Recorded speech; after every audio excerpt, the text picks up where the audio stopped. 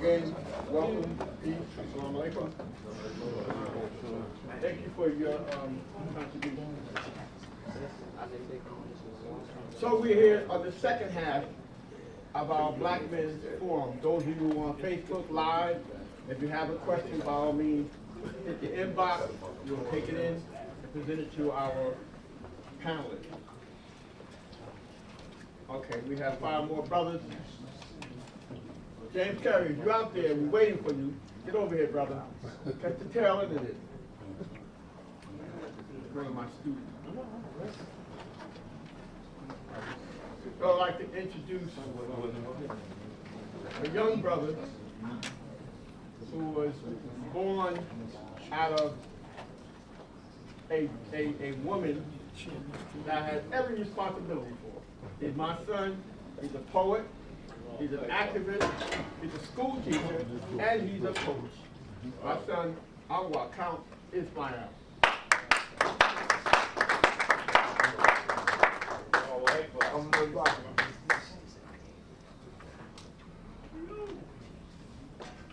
Next, he's a brother. He was also, years ago, he was part of one of the most notorious gangs in the city of Elizabeth. And I met him on the streets. And we intervened. And he flipped. And he went from a security guard to a parking attendant to a police department and to one of my strongest person who guarded me in the most trying time of my life in dealing with social justice. When I was getting death threats, he was one of my security agents. Him, Brother David, and a few others, and members of the Nation of Islam. And now he's a retired police officer, moving into the realm of educational security. My brother, another one of my students, brother, again, Dan Williams.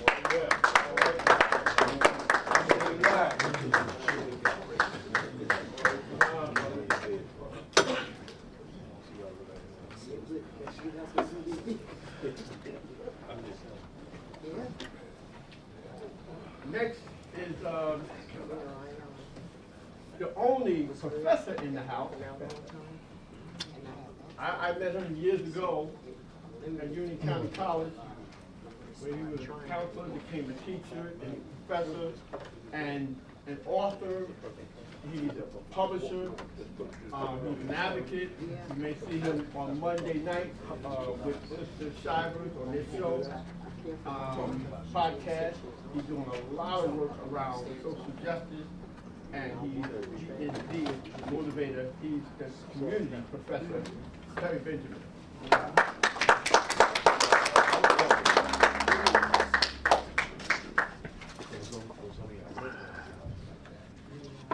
This young brother, I met him, not in person. I've seen him before, at a couple of janazas at funerals, but I saw him at one of the most emotional times that we could ever imagine. Some time ago, those of you know, Imam was shot dead and got worldwide attention. And it was outcry, like the brother had mentioned, all across the country, around the world. And there was this young brother who was right in the mosque, keeping the calm, keep him in the company like Allah has wanted him to do. And that's why I say he comforted me, because many nights, and Brother Abdul mentioned many times we have witnessed this sickness of gun violence. This brother, he was so passionate. I've seen on Facebook, so calming, he helped me. And this brother is Imam and Masjid Muhammad Imam Atar Hakim.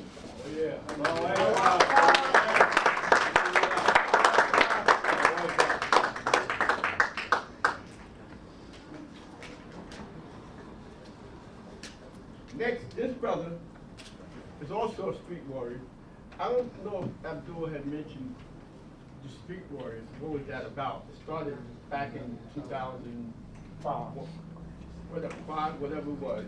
And it started with founder with Street Doctor. Those of you know, may Allah be pleased with him. the big doctor was he was the most strangest individual you ever want to meet. That's right. That's right. He's the only one I know that can go in the middle of a gunfight. That's right. Wow. And keep the peace. I don't see him done that. I see him going in, and I'm gonna tell you a quick story, because this brother right here is I guess I want that offspring story. There was one time there was a problem. There was some guys. It was near mosques, by the way, causing a lot of problems. And the Muslims could not deal with it. You know, back in the old days, Muslims were feared. It was like, boom, they'd come in, get up and stop all the stuff. The street doctors came. I think us and Abdul always came on the scene. And street doctors just pulled up in a car and started handing out fruits and vegetables to the kids and cookies for the family. And he said, brother, just can't do it here. And that was it.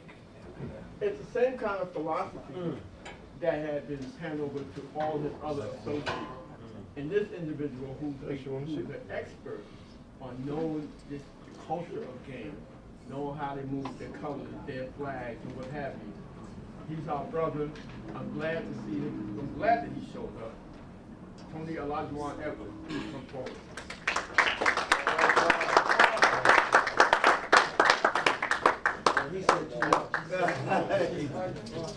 At this time, I'm going to turn it over to Brother Imam Latif, and he will be your moderator, and I will be in the field taking any questions.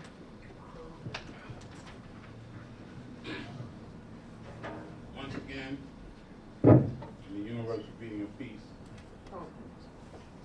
meaning God's peace be upon you, because only God can give you peace. I can't give you peace, but I can avoid serving you peace.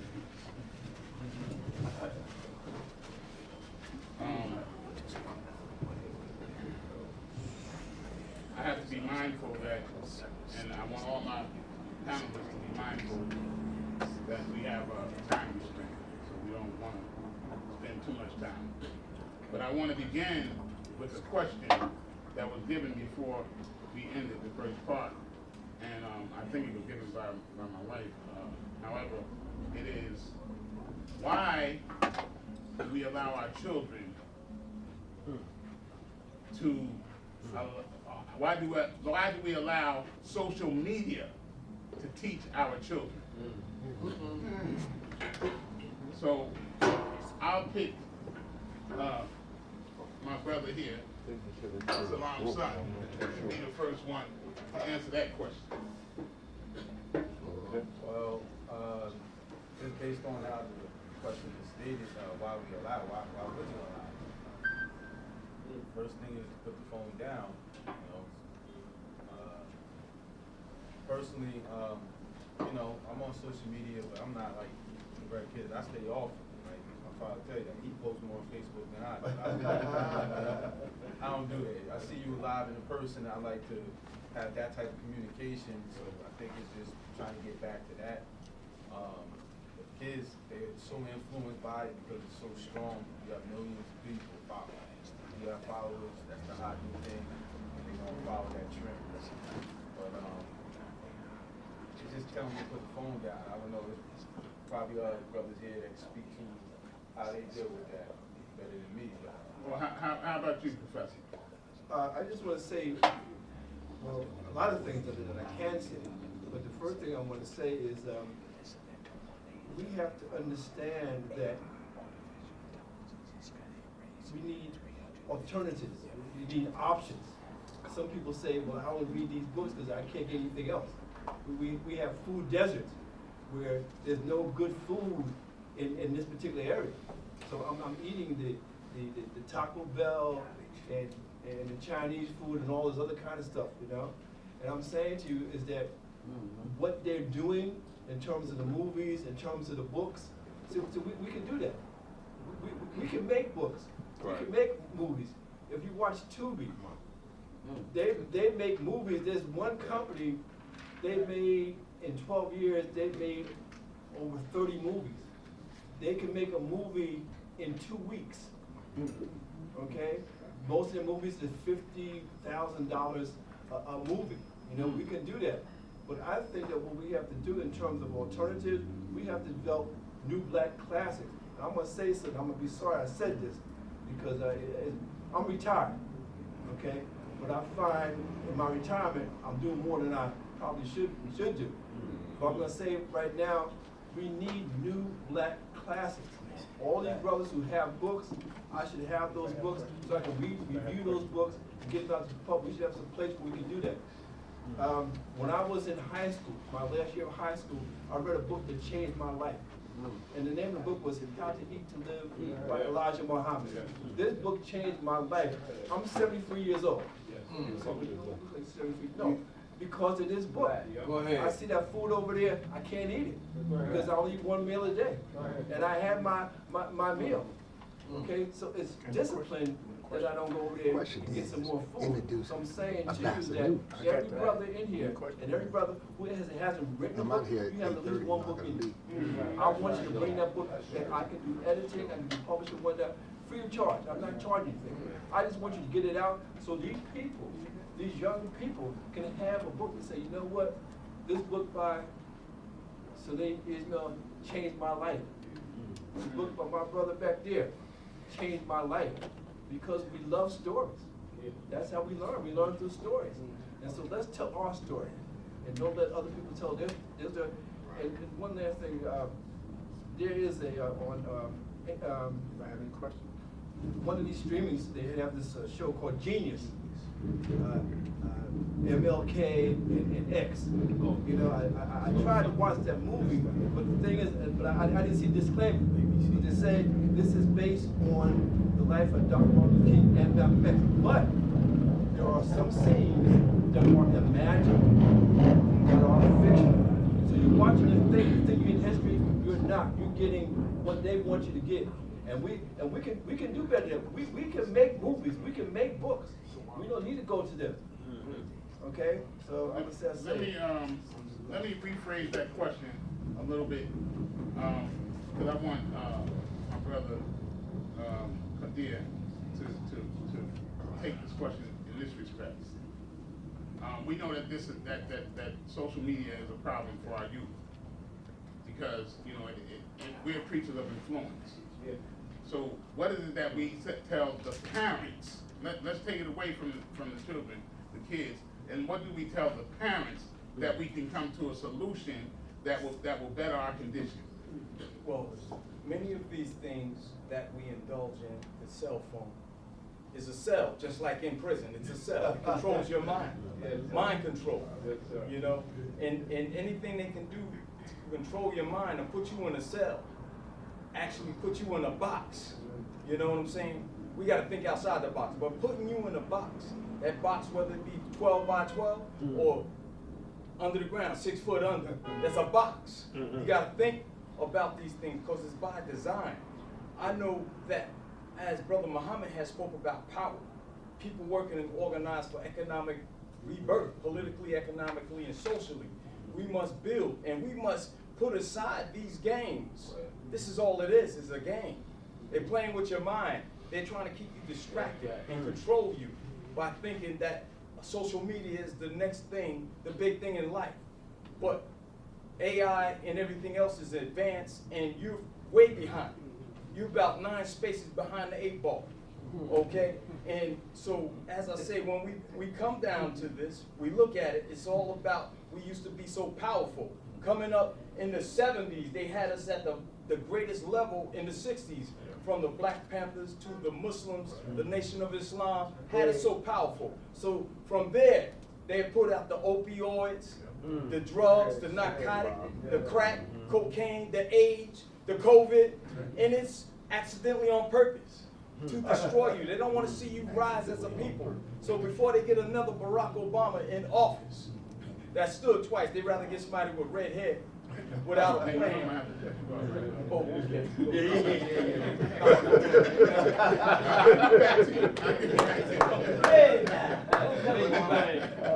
I'll get back to you. Now, one of my questions here is, why is there such a disconnect between our youth and our elders. Brother, would you please address that for me? Why is there such a disconnect between our youth and our elders? I think one of the elders said something about it when we were at the table about fear, about how sometimes you're afraid to walk up to the brother, maybe by his dress, his language, you know, even though you saw him grow up. You saw him before he went and started banging on a different block, wearing a certain color, hanging with a certain crew. You saw him before that. So I think we have to get rid of that fear. That's number one. Like my father brought the story up about Street Doctor, I don't know, bizarre circumstances that was around that event. But what I heard was that Street Doctor had a mindset that he was gonna go to these brothers and show some kindness. Whether that's a hand a card, hand a brochure, invite them to an event, it's something. It's offering that a face and letting them know I'm not afraid of you because I am. I was you. And I want you to get off from your circumstance where you are now and to grow and evolve from that.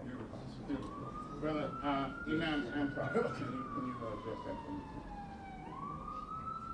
Assalamu alaikum. Believe it or not, we hear this question often, right? And sometimes my response, it gets me in trouble, so I'm just pulling out a... It's all right. We say it's all right, but it's really not after we leave. Just want to be, and I'm saying that with so much love. Wallahi, I'm saying it with love. I hear the term fear. That might be true, but it's really trust. It's trust, the disconnect between the elders and 37, inshallah, in October. They call us youth, but I'll take it for this context. It's the trust that's there. We at 37, 36, 35 years old, even going down to 30, sometimes I do think that the seasoned members feel like the contribution that us younger folks put in isn't really nothing because of what the work that y'all put in. And so the offense comes in that is that we put 15, almost 20 years, from our perspective, we put some work in, but we feel slighted and disrespected that the first thing they said is y'all didn't put enough work in. But then we have to look at it and say, well, that's a little disrespectful, respectfully, because when we could have been out, cutting up, doing other stuff that we know that we shouldn't be doing, we was in the masjid trying to say it was okay for my peers at 20 years old at that time to say it was okay to be in Islamic studies class. It's okay to do what we need to do inside the masjid, but then now when we up in our 40s, inshallah, right, it's like y'all still ain't putting no work in. So now it becomes disrespectful and distasteful.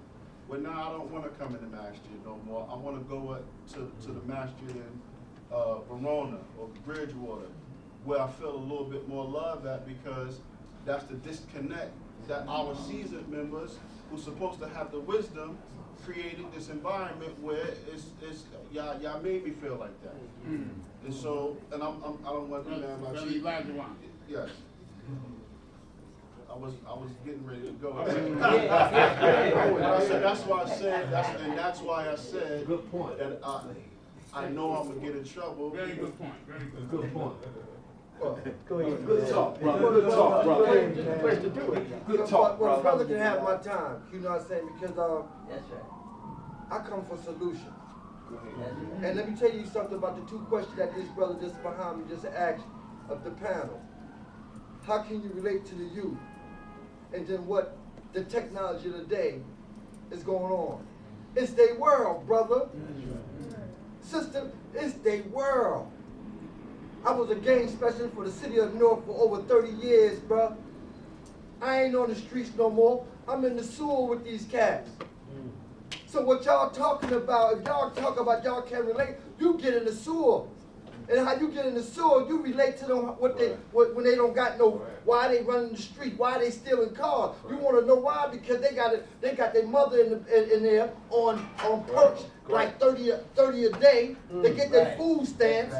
You get their food stamps. They selling it to my man down the street, and you think little Harold gonna have his 6-year-old sister without no food? Y'all ain't touching it. Y'all ain't touching it. And let me tell you how to relate to the change. Don't get stuck in this game. You get stuck wondering how to change the why this and why that. No, respect how it rolling and then modify your situation. That's the only way you're gonna get to these kids. This right here should be a kid spot. What I mean by a kid spot, Elijah, it could go on Zoom. Mr. Salaam, let's go on Zoom. So all of us got TVs and rings and all that. We be on and we'll see each other. That's the kids' world. See, I was in the streets, brother. All of them. And the correction officer, I respect you. You saying you want to change your world. You want to do what's right. But I don't see that. Just where you came from. You understand me? I'm in the sewer with these cats in Newark and in Jersey City. They called me because I got a heart for it. And right now, today, the Newark mayor is paying guys that did the work what we were doing for 20 years. All right, Muhammad? That's right. They giving them 150,000. And you know what that is?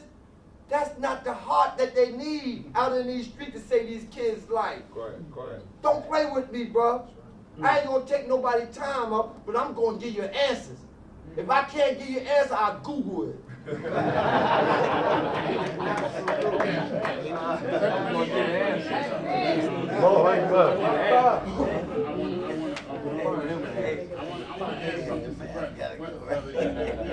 That's right. He was talking about the lack of love between the elders and the youth. And I want to say this. Young people don't care how much we know. We can get up here and talk all day. Young people don't care how much we know until they know how much we care. See, this is what this young brother was talking about. He was talking about they weren't appreciated. They're not being recognized. You know what I'm saying? We're telling them that they have the potential for this and for that, but we're not recognizing it when they try to manifest it. So these are things, and I'm like you, brother Elijah. I came here for solutions. It's about solutions.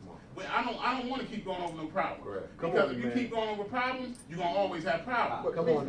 But if you go over solutions, I don't want to say this ain't much needed because you would never meet me. It's not that at all. You know what I'm saying? And I would never meet you. However, so we need this. However, if we focus on solutions, guess what? The problem goes away.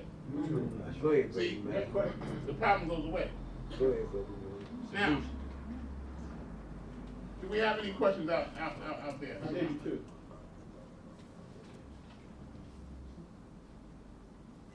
How can we protect our youth from police brutality? Brother, I'm gonna have to go right to you, brother Xavier. Well, we can, number one, protect our youth by having people take the job, apply for the application from the community that would give true love and understand them. Myself, coming from this community, filling out that application and taking care of the people that love me and I love them, and was able to serve them with the best of my heart for 30 years strong, and continue to do that also. Matter of fact, been retired. Keep that low one. I can tell you this, I had bullets come towards me and curved, and I took guns from people that were out there to rob people and never had to shoot anybody. So that's a good thing. And always came home safe for 30 years to my beautiful wife right there for the past 37 years. And so, every king needs a queen. That's my queen right here. She stands with me. She's my rider all way through. Gives me purpose and reason, and she tolerated me for so long that I'm going back to work tomorrow. They're hiring me at the precinct again because they need me out there in the streets. Okay? And as a result, I'll be retiring my wife within the next 12 months. Oh, Yeah, that's the plan.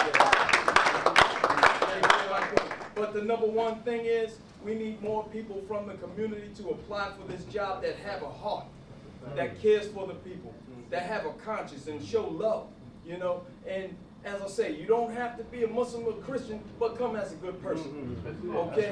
Come as a good person that doesn't see, you know, as I say, we all come here and we tried this thing. It's the American judicial system. We all come from the United States, states, you know, but we gotta check that. And so we need to be a part of the solution and not the problem. We want to give our heart and love. We want to treat people the way we want to be treated, okay? And The we right want to way. do this again because, you know, if you notice, we have some very, very powerful brothers here that have a lot of good things to say. So we want to make sure that we follow this up. We want to make this a continuous thing if we can possibly do so. I just want to give a shout out right now to Brother Larry Ham. The senator. You got my vote, brother. Candidate for senator. Yes. Yes, And I also want to give a shout out to our brother in the back that is doing the YouTube for us, Brother Zachariah. Zachariah. Thank you, Zachariah. We show our appreciation for that also. You know, I love this setting here. And my next, yes sir, not a problem. Just like my brother was saying, not just people from the community, but people of the community. Because we got people that from the community that get out the community. And they'll come back, get a job, get a check. But if your home's not there, how clean you keeping that house? You know, Right. how much care you care when your kids don't go to school with the same kids that you gotta sit here and patrol. Right. You know, it's No the one same does. thing in the schools. Zachariah Jackson, I'm Basta from the News. but I go to Good school, night. I teach it, you know what I mean? You gotta be of the